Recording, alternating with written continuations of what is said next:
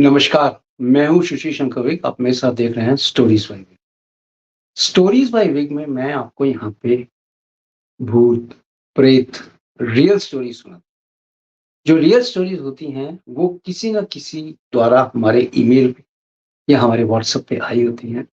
उसको मैं ये हूबहू दिखाने की कोशिश करता हूँ और आपको सुनाता भी हूँ वही स्टोरीज़। तो आज एक जो कहानी मेरे पास आई है, वो आई हुई है रामपाल की।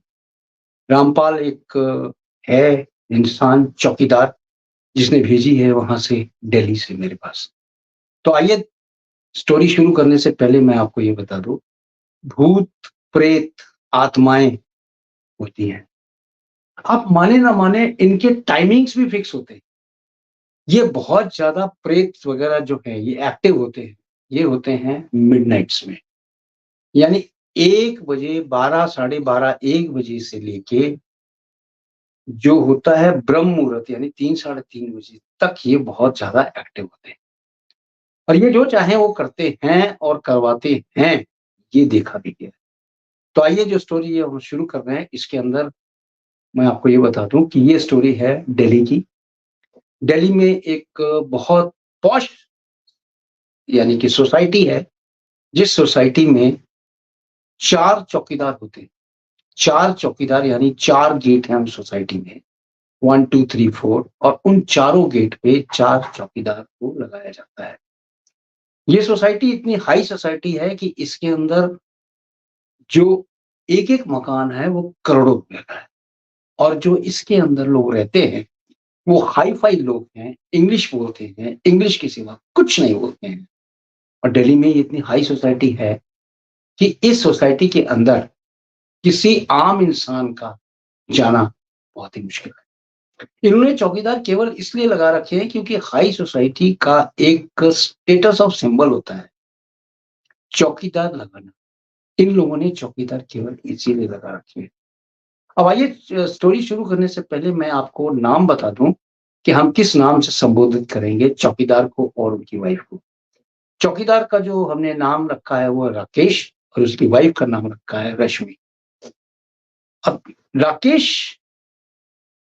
ने यहाँ पे इस सोसाइटी में अपना बायोडाटा रिज्यूम डाला था और उस रिज्यूम के लिए इसको कॉल किया। उस रिज्यूम में कॉल करने के बाद इसका सिलेक्शन हो जाता है। इस सोसाइटी में सिलेक्शन हो जाने के बाद इसको कुछ वहाँ पे हिदायतें दी जाती हैं। हिदायतें ये दी जाती हैं कि आपको यहाँ पे केवल सोसाइटी में रात की ड्यूटी लगेगी और आपको यहाँ पे एकदम सीटी नहीं बजानी है। आपको सोसाइटी में रात को 2 चक्कर लगाने हैं। 1 चक्कर लगेगा रात को 1 बजे और 1 लगेगा चक्कर सुबह भोर में 3 साढ़े 3 बजे। अब देखिए टाइमिंग्स का बड़ा ध्यान दीजिएगा क्योंकि टाइमिंग्स पे ही सारा खेल है इस स्टोरी के अंदर। तो 2 चक्कर इस चौकीदार को लगाने के लिए बोला गया और जब आप चौकीदार को बोला गया जब आप चक्कर लगाएँगे तो आप सीटी नहीं बजाएँगे। आप केवल चुपचाप जाएँगे और एक सरसरी निगाह से देखते हुए अपने गेट पे आके आप बैठ जाएँगे। आपको फुल टाइम अपने गेट पे बैठना है, आपको अखबार दी जाएगी, आप अखबार पढ़िए, गाने सुनिए, पंखा लगा हुआ है, केबिन बना हुआ है, मौज-मस्ती से बैठिए। और जब कोई कार या व्हीकल वहाँ पे आती है, तो आप वो जो कॉरिडोर बनाया गया है, यानी कि जो बैरियर बनाया गया है, उस बैरियर का डंडा उठा देंगे और कार अंदर आ जाएगी, उस कार का नंबर। इससे ज़्यादा कोई काम नहीं है और आपको आपकी तनख्वाह फिक्स की जाती है, ये तनख्वाह आपकी फिक्स की। चौकीदार राकेश ने सोचा यार ये तो बहुत अच्छी नौकरी है, यहाँ ना सीटी बजानी पड़े, ना कुछ करना पड़े। क्योंकि मैं जब जहाँ-जहाँ भी चौकीदारी करता हूँ, वहाँ तो सीटी बजानी पड़ती है और बोलना पड़ता है, जागते रहो, यहाँ तो कुछ बोलना ही नहीं पड़ रहा है। उसने कहा वाह! क्या नौकरी है।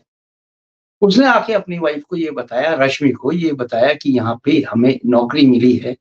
एक पॉश सोसाइटी है दिल्ली की, वहाँ पे मिली है और वहाँ पे ये मुझे काम है, ना सीटी बजानी है, ना कुछ करना है, आराम से बैठना है। शाम को जाना है, रात को 7 बजे जाऊँगा और सुबह 7 बजे आ जाऊँगा। ठीक है, अच्छी नौकरी है, मिल गई उसको। अब नौकरी का पहला दिन, रात को 7 बजे ये शाम को 7 बजे जाते हैं राकेश जी और जैसा इनको हिदायत दी थी उसी हिसाब से ये अपना बैठ जाते हैं। गेट नंबर 1 में इनकी ड्यूटी लगती है। अब गेट नंबर 1 पे जाने से पहले एक जगह सारे चौकीदार चारों गेट के इकट्ठे होते हैं और वहाँ पे गुपचुप करते हैं। अब ये नया चौकीदार था राकेश, इसको एंटर हुआ, वो 3 चौकीदार जो 3 गेटों पे थे। सब लोगों ने आपस में इंट्रो किया और राकेश को भी इंट्रो हुई और ये बोला गया राकेश को कि देखो भाई, जितना वो तीनों चौकीदार ने इसको बोला राकेश को कि आपको जितना बताया गया है उतना ही काम करना, उससे न तो एक कदम आगे जाना न तो एक कदम पीछे जाना, अन्यथा आपको नौकरी से तो हाथ धोना ही पड़ेगा और हो सकता है कोई बला भी आप अपने साथ ले जाओ। राकेश को बातें समझ में नहीं आई क्योंकि ये बातें वो कर तो गए वो। उन्होंने इनको एक हिंट दे दी राकेश को कि इस सोसाइटी में कुछ ना कुछ तो गड़बड़ है और गड़बड़ कहाँ है, रात को जो आप चक्कर लगाते हैं वहीं गड़बड़ है। लेकिन राकेश ने उसको पॉजिटिव लिया, उसने कुछ नहीं सोचा समझा और जाके अपने 1 नंबर पे ड्यूटी देने लगा। जब 1 नंबर पे गेट पे वो ड्यूटी दे रहे थे, तो जैसा इनको बोला गया था 12:30 1 बजे एक चक्कर लगाने के लिए, ये चक्कर लगाते-लगाते उस कोने में भी पहुँचते हैं, जहाँ पे एक पीले रंग का मकान है और उस मकान में कोई लाइट नहीं जल रही है, लेकिन उस मकान से आवाज़ें आ रही हैं। ये वहाँ 2 मिनट खड़ा होता है, वापस वहाँ से चक्कर, क्योंकि इसको हिदायत थी किसी को डिस्टर्ब भी नहीं करना है, कुछ बोलना भी नहीं है आपको, ना ही सीटी बजानी है। तो चौकीदार को जितना बोला जाएगा उतना ही करेगा, चौकीदार ज़्यादा क्यों करे? उसको तो अपनी सैलरी से मतलब है और अपने काम से मतलब है। उसको काम जो बोला गया वो करना। अब वो आता है और आके अपने गेट पे बैठ जाता है और सामने बैठने के बाद उसके सामने एक दरख्त है, यानी एक बहुत बड़ा पेड़ है, उस पेड़ को भी निहारता रहता है और अपने अखबार पढ़ता रहता है। पहले दिन उसके साथ कोई घटना नहीं होती है, वो बहुत ही नॉर्मल जैसे चौकीदारी करता है, करके घर आता है, अपनी वाइफ को पूरा बताता है रश्मि को कि मेरे साथ आज ये हुआ और रश्मि भी उसको कोऑपरेट करती है और वो आराम से सो जाते हैं। दूसरे दिन जब ये अपने ड्यूटी पे आते हैं 1 नंबर पे, तो ये घर से जो पानी की बोतल लेके आए होते हैं, ठंडे पानी की बोतल, वो खाना खाने के दरमियान खत्म हो जाती है और वहाँ पे इतने बड़े-बड़े लोग हैं, आप किसके घर से जाके पानी माँगेंगे? क्योंकि आपको केबिन छोड़ना नहीं है, आपको अपना जगह छोड़ना नहीं है। जैसी हिदायत दी गई थी वैसे ही करना है। अब पानी इसके पास पीने के लिए रात को खत्म हो गया। गर्मी के मौसम है, गर्मी के दिन है, करे क्या? इसने सोचा कि चलो बोतल लेके चलते हैं, रात को जब हम 1 बजे जाएँगे, तो वहीं रास्ते में कहीं टैप पड़ता है, उस टैप से पानी भर लेंगे। ये सोच के वो अपनी खाली बोतल को लिए हुए चल दिया और धीरे-धीरे उस घर की तरफ ही बढ़ गया, जो पीले रंग का मकान था। उस मकान के सामने जैसे ही पहुँचता है, अनायास से उस घर से एक बूढ़ी औरत बाहर निकलती है और इनको आवाज़ लगा के बोलती है कि राकेश जी, ये लीजिए पानी, आप बहुत प्यासे होंगे, ये पानी ले लीजिए। एक बंद बोतल उसको लाके देती है, ठंडी बंद बोतल फ्रिज की। राकेश को बड़ा ताज्जुब होता है कि मैंने तो इनसे पानी माँगा नहीं, ये पानी कहाँ से लेके आ गईं? उन्होंने कहा कि आपको बहुत गर्मी लग रही होगी, गर्मी का मौसम मौसम है, आपका पानी खत्म हो गया होगा, ये पानी रख लें और पी लें। राकेश वो बोतल लेके आगे चलने लगा तो उस बूढ़ी औरत ने बोला, आप पानी को पी के देखें, अगर पानी ठीक नहीं है तो मैं आपको मटके का पानी लाके दे देती हूँ, लेकिन ये पानी आप पहले पिएँ, उसके बाद आप यहाँ से आगे प्रस्थान करें। राकेश ने बोला, नहीं मैं आगे जाके पी लूँगा, ऐसी कोई बात नहीं है, पानी ठीक है कहती है। फिर वो औरत, बूढ़ी औरत बहुत झुँझला के बोली, आप पानी पी रहे हो या नहीं? मेरी बोतल वापस करो। इतना कहते ही उस राकेश ने डरते-डरते उस बोतल को खोला और पानी पिया। पानी काफ़ी ठंडा था। उसने बोला राकेश ने, नहीं पानी ठीक है और हम पी सकते हैं, कोई बात नहीं। उसने बोला कि राकेश ने, ये बोतल मैं आपको कल वापस कर दूँगा। देखा बोतल वापस करने की ज़रूरत नहीं है, कल की कल देखेंगे, आप तो अभी अपने ड्यूटी पे जाएँ। वो अपनी ड्यूटी पे आगे निकल गया। वो पानी जैसे-जैसे पीता था, उसके सिर में एक अजीब तरीके की चटाक चलती थी और अजीब तरीके से सर में दर्द सा होता था। वो पूरी बोतल सुबह 4 बजे तक खत्म कर गया, 5 बजे खत्म हो गई उसकी बोतल और बोतल खत्म होने के बाद वापस वो खाली बोतल लेके घर की तरफ चला गया और दूसरे दिन यानी तीसरे दिन जब वो वहाँ अपनी ड्यूटी पे आता है, तो उस बूढ़ी औरत की भी बोतल लेके आता है, प्लस अपनी भी बोतल लेके आता है और घर में जाके उसको अपनी वाइफ को यानी रश्मि को ये पूरी इंस्टेंस बताता है। रश्मि ने बोला, "पानी तो आप घर से लेके गए थे, क्या पानी इतनी ज़्यादा क्या ज़रूरत पड़ गई आपको किसी से माँगने की? आप एक और बोतल लेके जाएँ, घर से 2 बोतलें लेके जाएँ।" राकेश ने बोला, "नहीं, ठीक है, मेरे लिए 1 बोतल ही बहुत है, लेकिन अब ठीक है, मैंने ले लिया उस बूढ़ी औरत से, अब मैं उसको धन्यवाद भी बोल दिया, ठीक है।"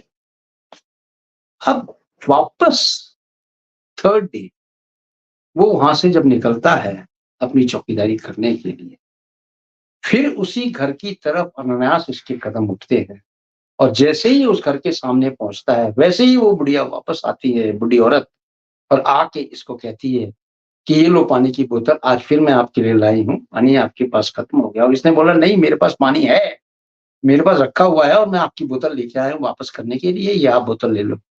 उसने बोला, "नहीं, बोतल मुझे नहीं चाहिए, बोतल तो आप ले जाओ, ये बोतल भी आप ले जाओ।"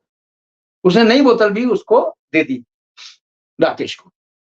राकेश ने वो बोतल बहुत काँपते हुए हाथों से पकड़ी, क्योंकि उसके पास पानी था और उसके बोलने का लिहाज़ा ऐसा था उस लेडी का कि इसको थोड़ा डर सा लगा, अगर पानी नहीं लेते हैं तो ये और भी कुछ बोलेगी, इसलिए पानी उसने पकड़ लिया।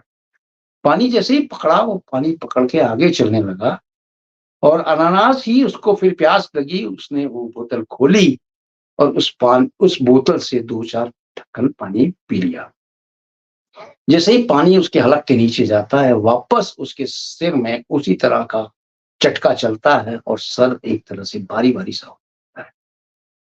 इसको कुछ समझ में नहीं आता है, लेकिन ये आ जाता है अपने गेट नंबर 1 पे और आके बैठ जाता है। अब जैसे-जैसे ये पानी पीता जा रहा था, इसका सिर भारी होता जा रहा था, लेकिन ये समझ रहा था कि शायद कुछ गर्मी की वजह से हो रहा हो, इसलिए पंखा उसने और तेज कर दिया और एक अखबार लेके वो पढ़ने देखिए 1:30 बजे की बात है, जब उसको पानी दिया गया और उस समय प्रेत आत्माएँ बहुत एक्टिव हो जाती हैं। यानी नेगेटिव एनर्जीज़ बहुत एक्टिव होती हैं रात के समय में।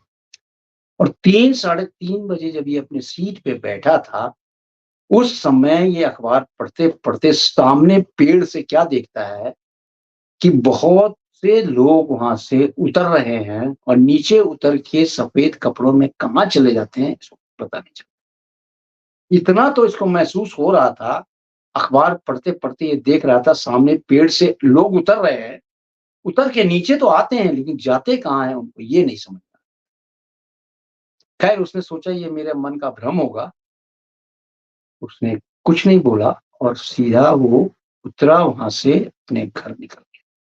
5 साढ़े 5 6 बजे का वक़्त होगा, वो अपने घर चला गया। घर जाके उसने आज का एपिसोड भी रश्मि को बताया। रश्मि ने इतना सुनते ही इनको बोला कि आपकी तबीयत ठीक नहीं लग रही है और आप जब से यहाँ पे आए हैं, पता नहीं कौन-सा गाना गुनगुना रहे हैं आप और क्या बोल रहे हैं, किस लैंग्वेज में बोल रहे हैं, ना तो हमारी ये भाषा है, ना तो किसी और की भाषा है। ये कुछ भाषा हमें समझ में नहीं आ रही है, कौन-सी भाषा में आप कुछ गाना गा रहे हैं और कुछ बोले जा रहे हैं। रश्मि को समझते ये देर नहीं लगी कि इनके ऊपर उसका कोई असर हो रहा है, पानी का जो ये पीते हैं, क्योंकि पानी के द्वारा और सफ़ेद चीज़ के द्वारा प्रेत आत्माएँ बहुत एक्टिव हो जाती हैं। अब देखिए एक्टिव तो हो जाती हैं, अब कोई माने ना माने प्रेत, भूत, आत्माएँ होती हैं। अगर ये चाहें तो घर का घर नष्ट कर देती हैं और प्रेत आत्माएँ अगर आपके साथ आएँ, तो आपके घर में आके आपकी पीढ़ी दर पीढ़ी को भी नष्ट कर देती हैं। ये प्रेत आत्माएँ इस तरह से। खैर, इसने ये सोचा और उसकी वाइफ ने उसको बोला, रश्मि ने, कि आप पानी लेना बिल्कुल बंद कर दें, आप पानी ना पिएँ तो बेहतर है। अब चौथे दिन जब वो वहाँ पहुँचता है अपनी सोसाइटी में, तो वहाँ पे तीनों चौकीदार वापस उसको मिलते हैं और उनसे बात करते हैं। तो बातों-बातों में ये बताता है राकेश कि मैं उस घर की तरफ गया था और मेरे साथ ये बीती।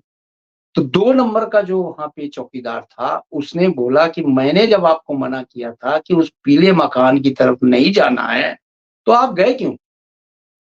अब आप गए हो तो आपके साथ ये घटनाएँ हुई हैं, तो आप ये समझ जाओ कि आपको प्रेत आत्माएँ ने पकड़ लिया है, जकड़ लिया है। राकेश डर गया, राकेश ने बोला देखो मुझे डराओ मत, अब एक काम करो, 1 नंबर पे मैं अब ड्यूटी नहीं दूँगा, आप में से कोई आ जाओ 1 नंबर पे, क्योंकि वहाँ सामने पेड़ है, पेड़ से मुझे कुछ लोग उतरते हुए दिखते हैं, तो मैं वहाँ नहीं ड्यूटी दे सकता, अब आप आ जाओ। तीनों ने हाथ खड़े कर दिए, उन्होंने बोला नहीं हम अपने-अपने गेटों पे ड्यूटी देंगे और आप अपने गेट पे जाके ड्यूटी दो। राकेश को ये बात बिल्कुल गवारा नहीं की क्योंकि दोस्त दोस्त नहीं थे, वो दुश्मन लग रहे थे सब। चौकीदार तो चौकीदार ही होता है, लेकिन दोस्ती दोस्ती होती है। अब राकेश ने सोचा कि हम करें क्या? उसने वापस उस पेड़ की तरफ तो कर ली पीठ और दूसरी तरफ कर ली अपनी आँखें और वहाँ से अखबार पढ़ने लगा। रात को वापस वो चक्कर लगा के उस घर के सामने बिल्कुल नहीं रुका और तेज़ी-तेज़ी से चक्कर लगाता हुआ आ गया। अब जब आके ये अपनी बैठता है कुर्सी पे राकेश, तो फिर इसने देखता क्या है, इसके पीठ के पीछे से बहुत सारी आवाज़ें आ रही हैं उतरने की पेड़ से।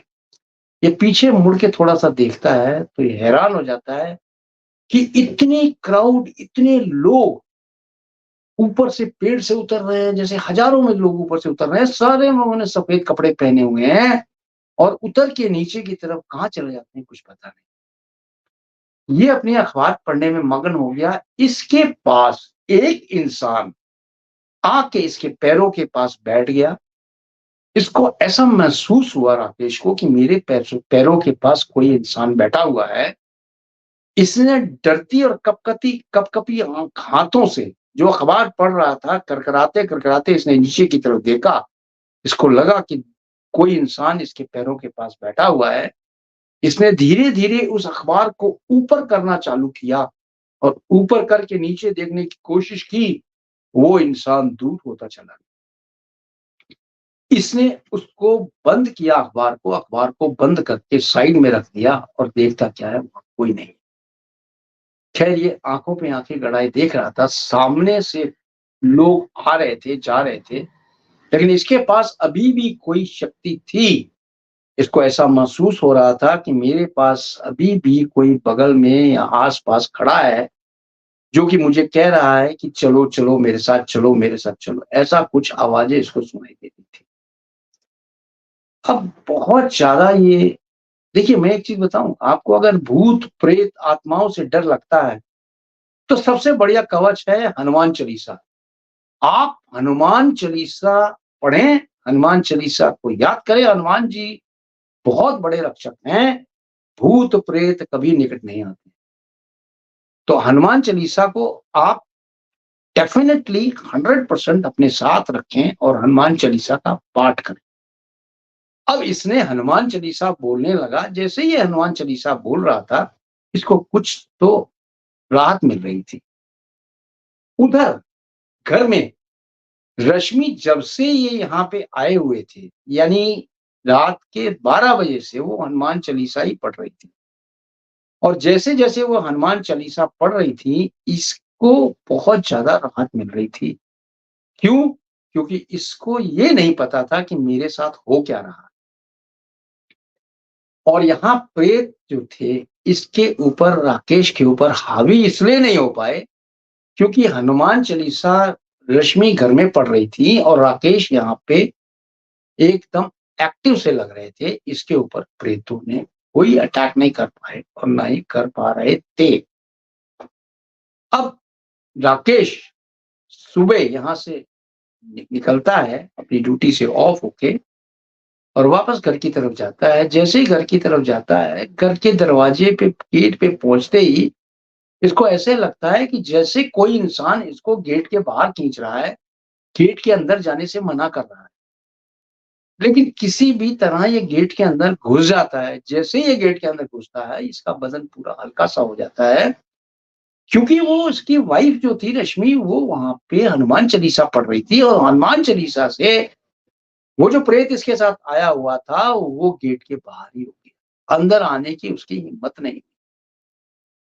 ये अंदर आए और अंदर आके कुछ बोल रहे थे, कुछ बड़बड़ा रहे थे, बड़बड़ाते-बड़बड़ाते ये बैठ गए। जैसे ही बैठे, इसकी वाइफ ने देखा इसकी आँखें एकदम लाल हैं, चेहरा उतरा हुआ है और कुछ बड़बड़ा रहे हैं। वो हनुमान चालीसा और पढ़ती गईं और तेज़ हनुमान चालीसा पढ़ती गईं। हनुमान चालीसा पढ़ते-पढ़ते इन्होंने देखा कि अब ये सो गए हैं। जैसे ही ये सो गए, वो प्रेत आत्मा बाहर तड़प रही थी, अंदर आने के लिए वो अंदर नहीं आ सकी, क्योंकि हनुमान जी ने पूरे घर को कवच की तरह सुरक्षा कर दिया था और बाहर की तरफ वो प्रेत आत्मा तड़प रही थी कि किसी तरह इस घर में घुसें और इस घर में घुस के पूरे घर को बर्बाद कर दें। लेकिन ऐसा हो नहीं पाया और वो प्रेत आत्मा उस दरवाजे के यानी कि गेट के बाहर ही रह गई और वापस चली गई। दिन निकल गया था, वापस चली गई थी। ये 1:30 बजे जो होती है ना, 1 डेढ़ बजे बहुत एक्टिव होती हैं प्रेत आत्माएँ, भूत, प्रेत। और प्रेत जो होते हैं इतने एक्टिव होते हैं कि आपके साथ आ जाते हैं ये और आके आपके घर के घर नष्ट कर देते हैं, पीढ़ी का पीढ़ी नष्ट कर देते हैं। तो इन प्रेत आत्माओं से बचने के लिए हनुमान चालीसा का पाठ करना बहुत ज़रूरी है। भूत, प्रेत आत्माओं से बचने के लिए, नेगेटिव एनर्जी से बचने के लिए हनुमान चालीसा का पाठ अवश्य करें।